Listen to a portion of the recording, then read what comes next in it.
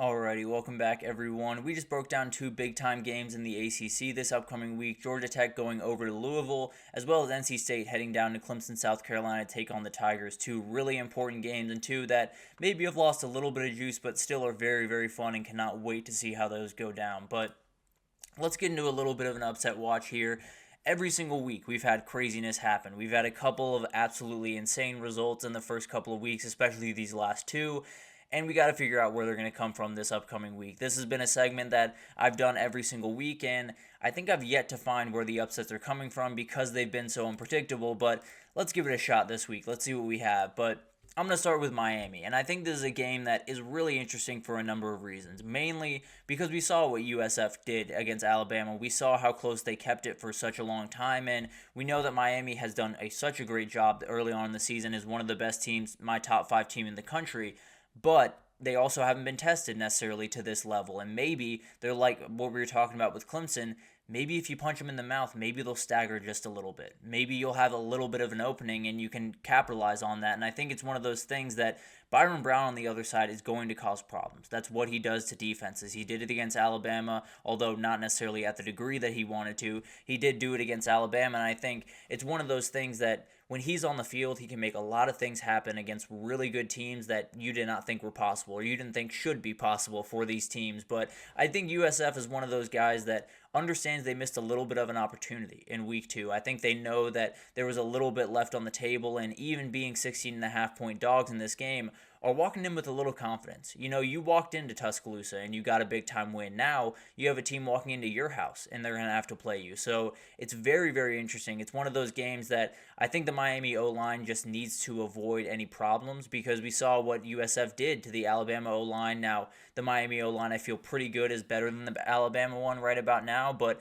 I do think USF has a ton of different schemes on defense that just cause problems. I think they have every ability to cause a little bit of issue for Cam Ward, and he's plenty good off schedule, no doubt about that, but maybe you can get a couple of mistakes. It's one of those things that Miami has been so clean, they've been so confident thus far, that maybe they're just one of those teams that needs to take a little bit of a punch, just needs to take a little bit of a reality check, and then maybe there's more of an opening than we think right now. And then the problem with this that I do have is USF can't really attack the one worry area I do have on this Miami defense, which is the back end. I do think there's going to be some openings for teams like Clemson, teams like, I was going to say Florida State, but I'm not going to say Florida State. Teams that absolutely can get after that defense, you're going to have to make sure that you're ready to roll. And I do think that USF might just not have the quarterback to really take advantage of those holes the way that I think some teams down the road might be able to. So I do think this is kind of a 1 out of 5 on the upset meter, the upset scale, whatever have you. I think this is going to be a really, really interesting game, but at the end of the day, I'm not super worried about Miami being able to go over to Tampa and get a big-time win. And then we got Vandy going to Missouri. This is a college football spot. We talked about this last week, I believe, and we've talked about this pretty much every week, and likely will continue to do it because it does happen in the sport where you have a team that is coming off a really tough loss, like Vandy to Georgia State a week ago, and then you have a team in Missouri that is coming off a big-time win against Boston College, has all the momentum in the world, is a top 10 team right now, although I have them at 11. They are number 7 in the AP poll. I think this is one of those games that maybe Vandy just comes out rolling. Maybe they come out like they have nothing to lose because they essentially have nothing to lose in this game. I mean, they're picked to lose this game. They're going to be picked to lose this game by just about everyone, and probably me as well. But at the end of the day, it's one of those games that can get really interesting in a hurry because of who you have at quarterback. Diego Pavia is one of those guys, kind of like what Byron Brown is at USF, that he's going to cause problems for you regardless. He's going to be able to pull a rabbit out of a hat a couple of times, and this defense is going to be kept looking. That's just the reality. They're going to be kept with kind of their mouths open as Diego Pavia runs by them. And last week they had issues with Thomas Castellanos' legs early on in that game. They were able to buckle down and handle that, and maybe that plays into this upcoming week because they are a relatively similar quarterback, Castellanos and Pavia. But I do think it's one of those games where maybe Vandy just has a little bit more in the tank. Maybe last week when we saw them fall to Georgia State, it wasn't, oh, this is Vandy coming back to who they are. It was just a blip on the radar. It was a team playing really bad football for an afternoon, but is ready to bounce back. Now, my big-time worry for Missouri is, I've talked about this a couple of times as I've talked about Missouri early on in the season, heading into the season, and now as we get into it, I think this is a really good team. I think they're a CFP level team. I think they're incredibly talented. I think they have everything at their disposal. I just think there's going to be a couple of these types of games that bite them. And I don't really have a concrete reason other than I think the defense has real issues that if they're exploited for the first quarter and then beyond, like Boston College was able to do, but wasn't necessarily able to sustain it the way that they wanted to, I think Missouri has more openings than people are saying right now, and I think they just need to be poked at just a little bit, and you'll see what happens. So I think this one's going to be a little bit more interesting than people are giving it credit for. I think a lot of people are just saying, okay, Vanderbilt's Vanderbilt officially now. I think they're a lot better than they were last week, especially. But overall, I think there's a team that could make it interesting. But I think it's about a 2 out of 5 on the upset meter. I don't necessarily worry about this one too much, but definitely a team with ever Diego Pavia's on the field, things can get interesting in a hurry. That is for sure. Notre Dame's got to be on this list. Pretty much whenever Notre Dame is playing a game going forward, they're going to be on this list because they have not given me any reason to trust them even at home against a MAC team because that's what they got this week. They got Miami of Ohio coming in. They're favored by 28 points. They were favored by about 28 points when Northern Illinois came into town. So, again, this is exactly the way that it's going to be for Notre Dame going forward. And Miami is one of those teams that has just opened their season with a nightmare. Now, neither of the teams they've played are nearly as good as what Notre Dame is, but have played really, really bad offensive football against Northwestern and Cincinnati to start the season. And Brett Gabbert has been just all over the place, has not gotten it going the way that I expected them to get it going. And I think a lot of Miami of Ohio people expected it to get going. And this is not necessarily the place to get it going. I will say that. This back end is going to be absolutely vicious. They're likely going to be able to bait him into a couple of throws that he does not want to get it baited into. And then I think it's one of those things that Miami of Ohio probably got the most unlucky of anyone after Northern Illinois beat Notre Dame because there's no world where Notre Dame is going to let a MAC team walk in there and they're going to be sleepwalking on the other side. That's just the reality. That's not going to happen. Now, Notre Dame does have issues. If they can't pass the ball, then maybe they have a big-time issue in this game. And frankly, last week I think they played better football. They obviously played a lot cleaner. They also just ran the ball to victory. They also just did what they've been doing the past couple of weeks. They just did it at a higher clip. So it doesn't necessarily make me feel any differently about Notre Dame. I think this is one of those games that I think I would have probably on a 1.5, maybe a 2 on the upset meter, but I'm not necessarily super worried about this one. I think Notre Dame understands that if they lose another one of these games, they're going to have everyone on them, and any idea of them making the playoff is entirely gone. I think it should be gone already, but that's a conversation for another day.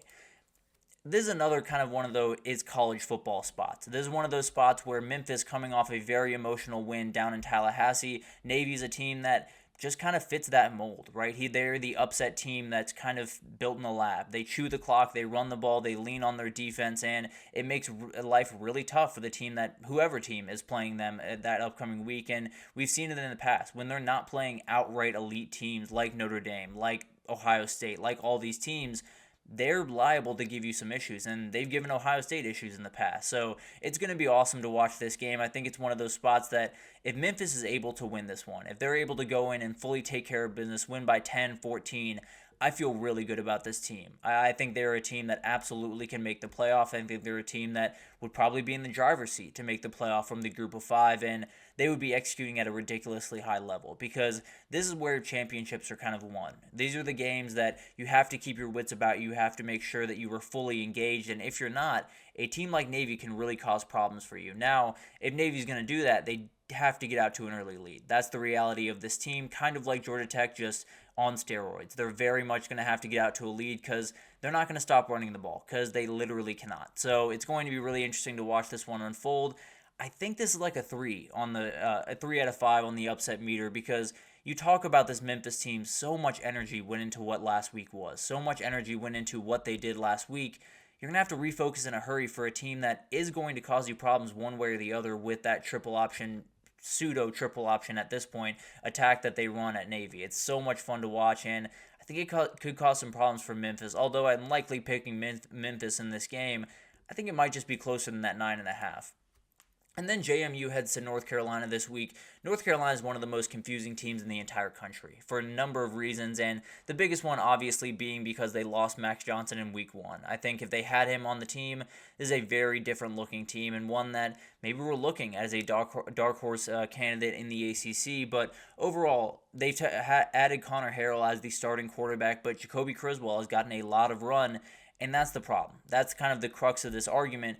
UNC is going to run the ball. That's the way that they go about business. They really can't go about business any other way because Omarion Hampton is by far the best player on this offense, and it's not even remotely close. He is someone that is absolutely their entire offense, and if JMU can take him away even for a half, where they can get out in front and they can kind of take this team by surprise just a little bit, they're going to have the ability to make a run in this game. That's just the reality. This is a very dangerous team, and I think when you have someone like Alonzo Barnett on the other side, he's going to be able to cause problems for you the same way Thomas Castellanos can, the same way Diego Pavia can, Barnett can. Absolutely. He's so dangerous. And when you talk about JMU, they've been pretty good about forcing turnovers through 2 games. They've had 5 turnovers this year now. They haven't done too much with it. They've only scored 30 and 13 in their week 1 and 2 matchups, but they definitely can get some things going. They have a lot of really talented players on that offense. They just have to get a little bit of a rhythm, and with so many things changing over there, it's not surprising that it took a little bit of time. And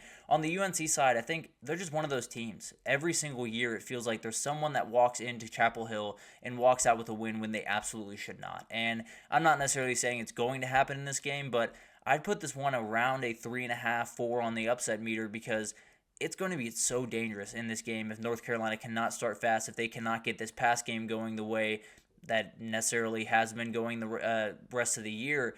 It's going to be an issue. They're going to have so many things to overcome in this game. Now, I think I'd lean UNC in this one, but it's going to be a lot closer than I think a lot of people think, and maybe JMU can use this as a jumping off point for a Sun Belt title this upcoming year. And then you got Kansas State at BYU. This is the one that everyone's got to watch. Kansas is favored by 6, 6.5, depending on where you look. And this is one of those games that I think a lot of people look at BYU a certain way, and they should be looking at them one other way. I think when you talk about BYU, they've won 3 games thus far throughout the season. Are 3-0, won a dogfight against SMU away from home. Did a really good job in that game. And then you add the crowd. And I think this is one of those things that you kind of just have to learn the hard way in a lot of different ways as a fan or as a player. This is a really elite atmosphere up in Provo. This is one of those places that maybe you don't necessarily feel it right away. Maybe you don't necessarily feel the full energy. Once you watch a full game at BYU, you understand that this place is absolutely rocking. They get absolutely crazy up there, and I think it's one of those things that Kansas State's walking into there for the first time, and especially Avery Johnson walking into there for the first time. It might just be one of those things where they walk on the field and they turn around and say, this is really what BYU's like? This is what this crowd is like on Saturdays?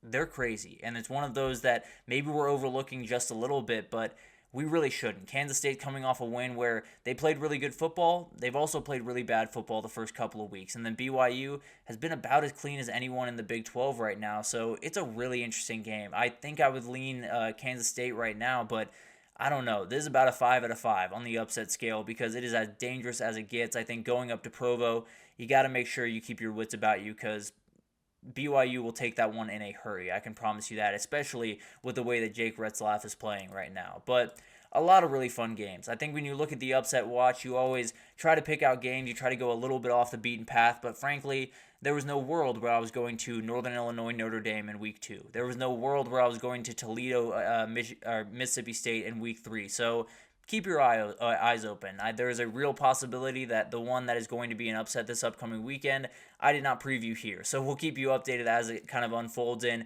if any other pop into my mind, I will absolutely bring it up. But let's take our third break here. When we come back, we're going to do a little bit of a breakdown of the top 10 teams going into this week. What do we need to see from them? What have we seen in the past couple of weeks that needs to get changed? Or what do we need to see more of this upcoming week to feel a little bit more confident about these teams moving forward? So we'll do that right after this, so stick with us.